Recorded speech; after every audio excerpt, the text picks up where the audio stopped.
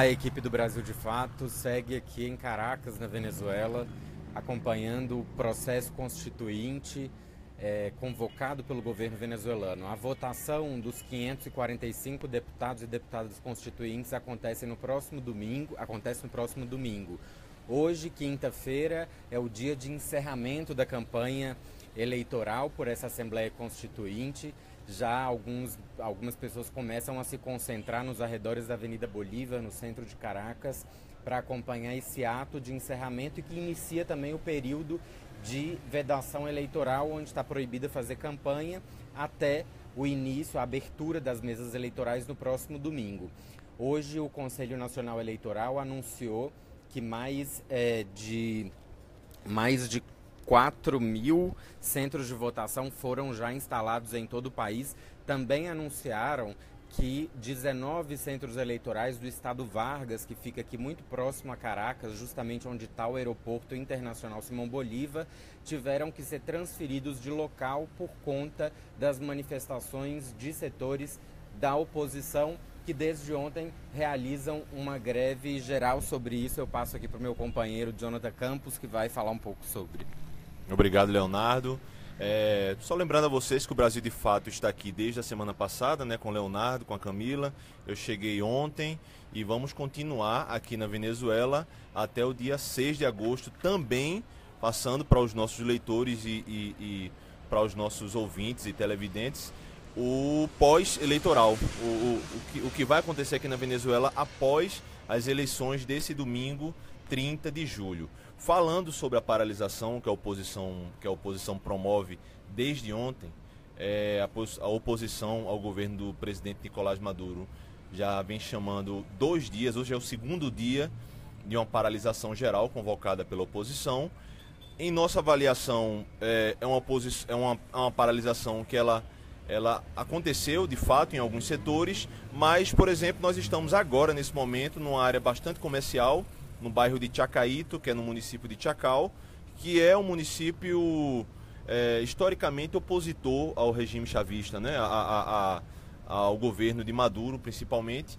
E nós podemos constatar, nós estamos numa área comercial, podemos constatar que o comércio está aberto, os restaurantes estão abertos, padarias, tem também comércios fechados, significa que houve uma adesão. Aqui perto, no Boulevard Savana Grande, tem um shopping, né, que é o Centro Comercial Recreio. Nós estivemos ontem lá, circulamos, também um pouco de adesão, lojas fechadas, lojas abertas, restaurantes abertos, o cinema estava aberto, tinha muita gente no cinema. Significa que houve uma certa adesão, mas também não foi um grande sucesso. O jornal periódico do Últimas Notícias, que é um dos mais lidos de Caracas, ele vem com uma manchete exatamente falando sobre isso, sobre uma paralisação que foi parcial e também falando sobre mais uma tentativa da OEA de impor sanções e uma resolução mais dura ao governo da Venezuela e que também não logrou sucesso.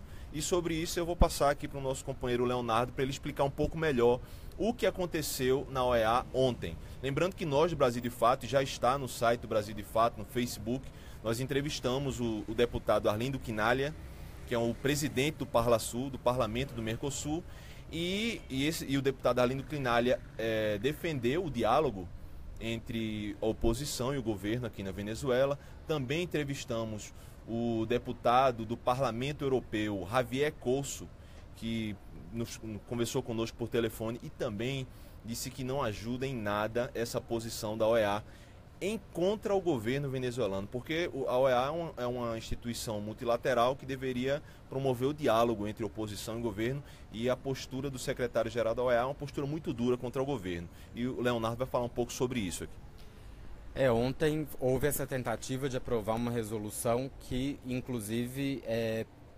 ameaçasse de alguma maneira a imposição de sanções contra o governo da Venezuela caso a Assembleia Constituinte fosse realizada. 13 países, somente 13 países dos 35 países votaram a favor dessa resolução. Então a resolução fracassou, na verdade.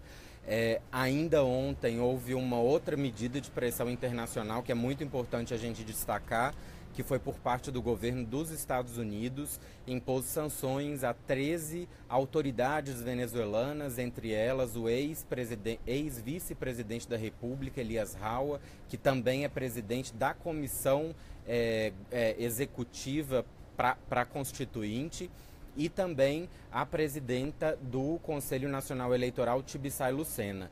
São 13 funcionários venezuelanos que estão impedidos de entrar nos Estados Unidos e tiveram bens bloqueados. Então, de um lado a gente vê o fracasso dessa tentativa, que na verdade foi uma proposta dos Estados Unidos e do México, dentro da Organização de Estados Americanos, de aprovar essa resolução, e como não conseguiram aprovar isso dentro de um órgão multilateral, unilateralmente o governo dos Estados Unidos decidiu então aprovar essas sanções contra o governo venezuelano. Eu só queria fazer uma correção à informação que eu dei logo antes, que não eu me confundi com os números, não foram 4.000 centros eleitorais, são 14.000 centros eleitorais que já foram instalados no país e que já tiveram também auditoria do software, né? A Venezuela tem um sistema eleitoral totalmente informatizado e o sistema eleitoral venezuelano possui cerca de 14 auditorias, desde a instalação dos centros de votação, das mesas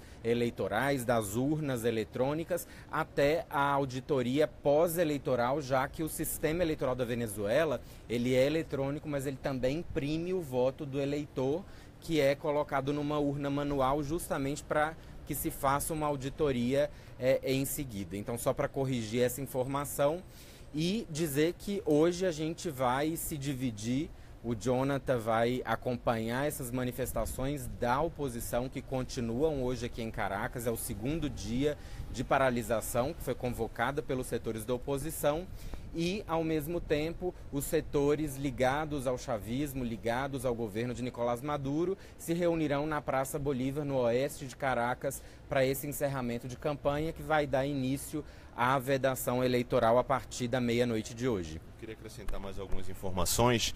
Eu estou aqui com o jornal La Voz, que é um jornal de uma postura bastante crítica ao governo, e o jornal acrescenta informações que ontem houveram alguns conflitos localizados entre polícia e manifestantes por conta da paralisação em Mérida, no oeste da Venezuela. É um estado que faz fronteira com a Colômbia. Em Mérida houveram confrontos mais violentos, digamos, aqui em Caracas, em alguns bairros. E dizer também que o epicentro o epicentro da manifestação anti-governo continua sendo nessa área leste do município de Caracas, da Grande Caracas. São vários municípios que compõem a Caracas e que nós, de fato, vamos continuar fazendo essa cobertura e nos próximos dias, todos os dias, vamos tentar fazer esse boletim matinal para os ouvintes e os leitores do Brasil de Fato e deixar vocês bem informados sobre tudo que está acontecendo aqui em Caracas. É isso. Um grande abraço para todos vocês. Até mais.